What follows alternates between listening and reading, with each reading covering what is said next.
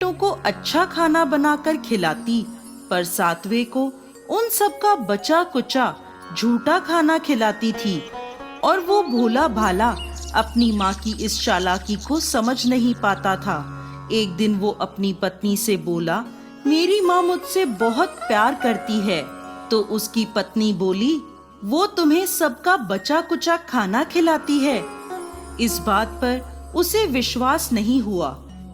एक दिन वो छुपकर देखता है कि माँ अपने 6 बेटों को बड़े प्यार से कई प्रकार के व्यंजन बनाकर बड़े प्रेम से खिला रही है। जब वो 6 खाना खाकर उठ गए, तब माँ ने उनकी थालियों से झूठन इकट्ठी करी और उसके लिए थाली में परोस कर रख दी। जब वो घर आया तो माँ अपने सबसे छोटे लड़के से बोली, खाना खा ले। वो बोला, माँ मैं भोजन नहीं करूँगा, मैं तो परदेस जा रहा हूँ। माँ बोली, कल जाता आज ही चला जा। वो घर से निकल गया और गौशाला में पहुंचा, जहाँ उसकी पत्नी गोबर के उपले थाप रही थी। अपनी पत्नी के पास गया और बोला, मैं परदेस जा रहा हूँ, कुछ समय के बाद आऊंगा। तुम संतोष से रहना और अपने धर्म का पालन करना।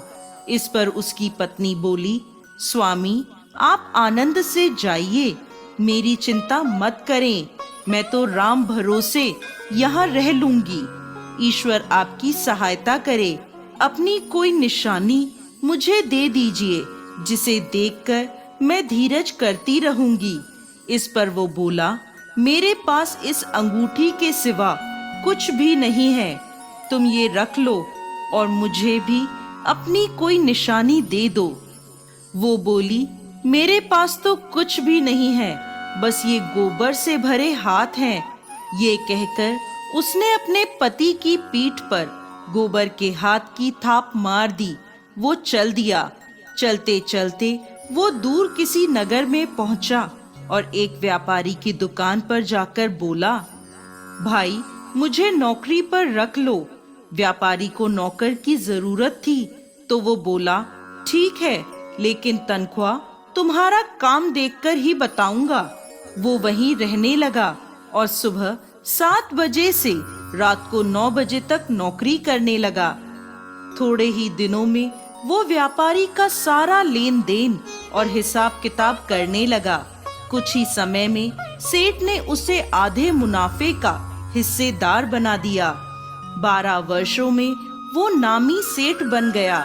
इधर उसकी पत्नी को सास और जेठानियां बड़ा कष्ट देने लगी।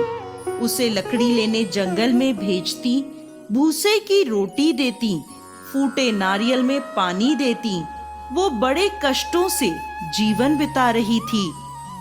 एक दिन जब वो लकड़ी लेने जा रही थी, तो रास्ते में उसने देखा एक मंदिर में कुछ औरतें व्रत कर रही हैं और कथा सुन रही हैं। तो वो पूछने लगी, ये क्या व्रत कर रही हो?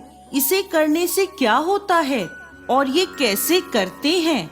तब एक स्त्री बोली, ये संतोषी माता का व्रत है। इसे करने से मनवांछित फल प्राप्त होता है और गरीबी, मन की चिंताएं, मुकदमे, कलह, रोग आदि सब नष्ट होते हैं। संतान सुख, धन, शांति और मन पसंद वर मिलता है और दूर गए पति के दर्शन होते हैं। उन्होंने उसे व्रत की विधि बता दी। उसने रास्ते में सारी लकड़ियां बेच दी और उन पैसों से गुड़ और चना खरीद लिया और व्रत की तैयारी कर संतोषी माता के मंदिर में पहुंची और माता से दुखी होकर विनती करने लगी, माँ मैं अज्ञानी हूँ और बहुत दुखी हूँ, मैं आपकी शरण में हूँ, मेरा दुख दूर करो माँ। अब वो हर शुक्रवार ऐसा ही करती। एक दिन माता को उस पर दया आ गई। एक शुक्रवार उसके पति का पत्र आया और अगले शुक्रवार पति का भेजा धन उसे मिला। अब वो माता के मंदिर में गई और उनके चरणों में गिरकर रोने लगी। बोली, माँ मैंने पैसे कब मांगे थे? मुझे तो अपना सुहाग चाहिए। मैं तो अपने स्वामी के दर्शन और सेवा करना मांगती हूँ। तब संतोषी माता ने प्रसन्न होकर कहा, जा बेटा, तेरा पति जल्द ही आएगा। वो प्रसन्न होकर घर गई और कामकाज में लग गई। उधर संतोषी माता ने स्वप्न में उसके पति को पत्नी की याद दिलाई और घर जाने को कहा। वो बोला, माँ, मैं कैसे जाऊं? परदेश की बात है, लेन देन के कई हिसाब बाकी हैं। माँ बोली, सवेरे उठकर मेरा नाम लेकर घी का दीपक जलाना और फिर दुकान पर बैठना। सवेरे उठकर उसने वैसा ही किया। देखते ही देखते सारा लेन देन साफ हो गया और धन का ढेर लग गया। वो खुश होकर घर की ओर रवाना हो गया। उधर उसकी पत्नी रोज लकड़ी लेने जाती और संतोषी माता की पूजा अर्चना करती। एक दिन वो बोली, माँ, आज ये धूल कैसी उड़ रही है? माँ बोली, बेटी, तेरा पति आ रहा है। तू लकड़ियों के 3 ढेर बना, एक नदी के किनारे रख आ, एक यहाँ रख दे और तीसरा अपने सर पर रख ले। तेरे पति के दिल में इस लकड़ी के गट्ठर को देखकर मोह पैदा होगा और घर जाकर आवाज लगाना, सासू जी, लकड़ियों का गट्ठर लो, भूसे की रोटी दो और फूटे नारियल में पानी दो। आज मेहमान कौन आया है? उसने वैसा ही किया।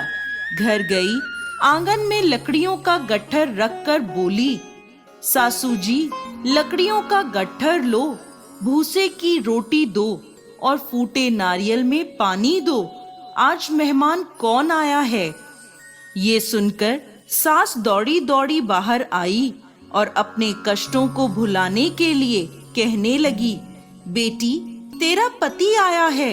आ, मीठे भात का भोजन कर और गहने और कपड़े पहन। इतने में उसका पति बाहर आया और उसके हाथ में अपनी दी अंगूठी देखकर माँ से पूछने लगा, माँ, ये कौन है? माँ बोली, बेटा, ये तेरी बहू है। पूरे 12 बरस हो गए ये दिन भर घूमती फिरती है, कोई कामकाज भी नहीं करती, तुझे देखकर नखरे कर रही है। वो बोला, माँ, मैंने तुम्हें और इसे दोनों को देख लिया है। अब मुझे दूसरे घर की चाबियां दे दो, मैं उसमें रहूंगा। माँ बोली, ठीक है, जैसी तेरी मर्जी। और माँ ने चाबियों का गुच्छा पटक दिया। बेटे ने अपना सामान दूसरे घर में रख दिया। देखते ही देखते उनके राजा के समान ठाट बाट हो गए। अगला शुक्रवार आया। वो अपने पति से बोली, मुझे संतोषी माता के व्रत का उद्यापन करना है। वो बोला, खुशी से करो। वो तैयारियों में लग गई। उसने जेठ के लड़कों को जीमने बुलाया। पीछे से जेठानियों ने अपने बच्चों को सिखा दिया, तुम खाने के बाद खटाई मांगना, जिससे उसका उद्यापन पूरा ना हो। लड़कों ने जीमते ही खटाई मांगी। तब वो बोली, नहीं नहीं, खटाई मैं नहीं दे सकती, ये संतोषी माता का प्रसाद है। लड़के बोले, तो फिर पैसे दे दो। भोली भाली समझ नहीं सकी और उन्हें पैसे दे दिए। वो उन पैसों से खटाई लेकर खाने लगे। इस पर संतोषी माता क्रोधित हो गईं। राजा के दूत उसके पति को पकड़कर ले गए। वो बेचारी रोती हुई माता के मंदिर में गई और बोली, माता, ये क्या किया? माता बोली, पुत्री, मुझे दुख है कि तुमने अभिमान करके मेरा व्रत तोड़ा है और इतनी जल्दी सब भूल गई। वो बोली, माता, मैंने तो कुछ गलत नहीं किया, मैंने भूल से लड़कों को पैसे दे दिए, मुझे क्षमा करो, मैं दोबारा तुम्हारा उद्यापन करूंगी। माता बोली, जा, तेरा पति रास्ते में आता हुआ मिलेगा। वो चली गई। रास्ते में उसे उसका पति आता हुआ दिखा। उसके पूछने पर बोला, राजा ने मुझे मिलने के लिए बुलाया था। अगले शुक्रवार उसने फिर उद्यापन किया। जेठ के लड़कों को बुलाया। जेठानियों ने फिर उन्हें सिखा दिया। लड़के भोजन के पहले बोले, खटाई मिलेगी? तब वो बोली, खटाई नहीं मिलेगी। अब उसने ब्राह्मण के लड़कों को बुलाकर भोजन कराया और दक्षिणा दी। संतोषी माता उससे प्रसन्न हो गईं और 9 महीने बाद उसके चंद्रमा के समान सुंदर पुत्र हुआ। वो अपने पुत्र को लेकर रोजाना मंदिर जाने लगी। एक दिन संतोषी माता ने सोचा, ये रोज यहाँ आती है, आज मैं इसके घर जाकर इसका ससुराल देखती हूँ। ये सोचकर संतोषी माता ने भयानक रूप धारण करा। गुड़ व चने से सना मुख, सूंड के समान होठ, जिन पर मक्खियां भिनभिना रही थी, ऐसी सूरत में वो उसके घर गईं। दहली में पांव रखते ही उसकी सास बोली, देखो कोई डाकिन आ रही है, उसे भगाओ वरना किसी को खा जाएगी। सभी घर वाले भागकर घर की खिड़कियां और दरवाजे बंद करने लगे। तभी उसने ऊपर की खिड़की से देखा तो वहीं से चिल्लाने लगी, आज मेरी माता मेरे घर आई हैं, आज मेरी माता मेरे घर आई हैं। उसकी सास बोली, पगली, किसे देखकर उतावली हुई है, बच्चे को भी पटक दिया। बहू बोली, माता जी, मैं जिन संतोषी माता का व्रत करती हूँ, ये वो माता हैं। ऐसा कहकर उसने सारी खिड़कियां और दरवाजे खोल दिए। सबने संतोषी माता के चरण पकड़ लिए और विनती कर कहने लगे, हे माता, हम मूर्ख हैं, अज्ञानी हैं, पापी हैं, आपके व्रत की विधि हम नहीं जानते। आपका व्रत भंग कर हमने बहुत बड़ा अपराध किया है। हे जगत माता, हमारा अपराध क्षमा करें। माता बहुत खुश हुई। हे संतोषी माता, जिस प्रकार आपने बहू को फल दिया, वैसा ही इस कहानी को कहते, सुनते और हुंकार भरते सबको देना। दोस्तों, संतोषी माता को संतोष, सुख, शांति और वैभव की माता के रूप में पूजा जाता है। माता संतोषी भगवान श्री गणेश की पुत्री हैं। इनका यह व्रत करने से धन, विवाह, संतान आदि भौतिक सुखों में वृद्धि होती है। ये व्रत शुक्ल पक्ष के प्रथम शुक्रवार से शुरू होता है और 16 शुक्रवार तक